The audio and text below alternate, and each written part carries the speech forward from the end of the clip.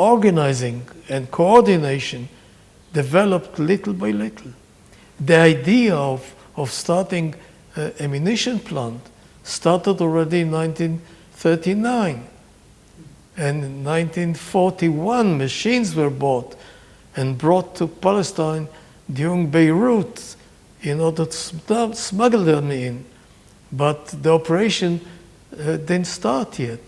So you see a little by little development of capabilities which were very important for us during the War of Independence. The manufacturing of a simple design, of British design, of the Sten submachine gun. The manufacturing of 3-inch mortars. At the beginning of the War of Independence, there were already 48 3-inch mortars with 5,000 rounds. In 1945, we did succeed to start manufacturing 9mm round in the Ayalon plant, which was a result of preparation which started in 1941. At the time when Ayalon was established, the only thing I knew is that I got 9mm rounds made by Ayalon. The story of Ayalon is quite interesting because, as I said already, the first machinery which was bought in Europe, second-hand in bad condition, was smuggled into the country to make an ammunition. It was only around 1944 that they succeeded to recondition the machine and make 9mm rounds. But then the question was location, where? And they decided to build a plant underground.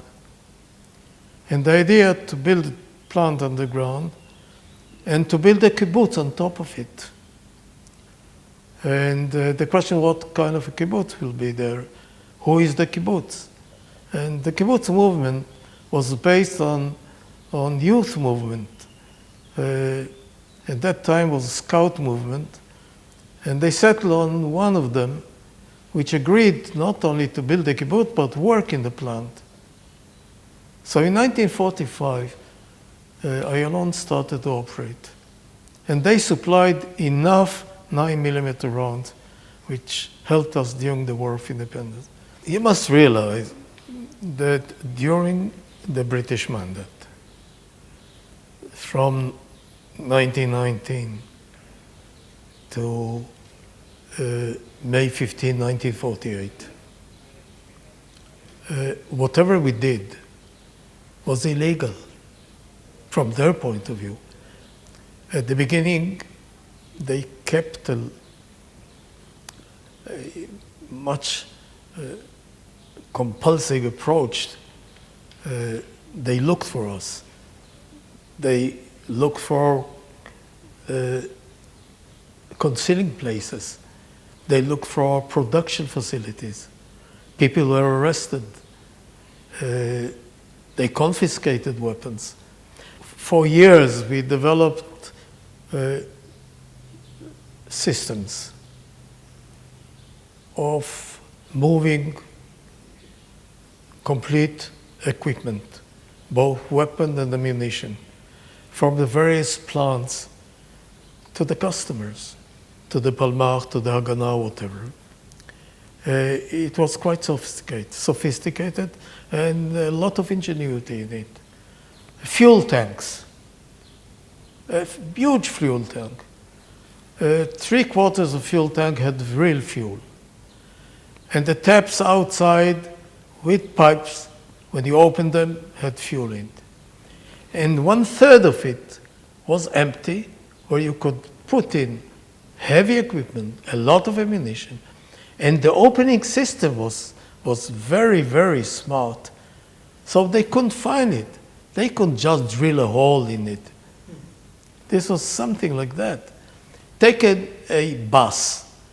The roof of the bus had double layers. You couldn't find them with mine detectors because all was metal. Very interesting systems to do that. And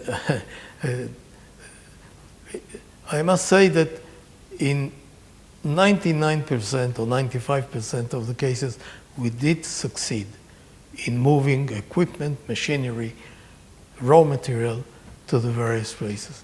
This was an organization that was developed over 25, 30 years. It was a bloody war. We fought barehanded. We had to fight at night because we didn't have the firepower to fight at daytime. We were night fighters. We didn't have communication.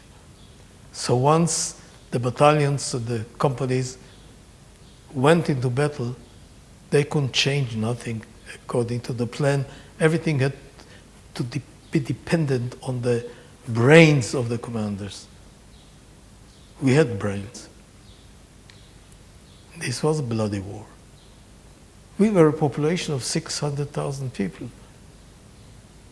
We lost 6,000 killed and probably 3 times more wounded.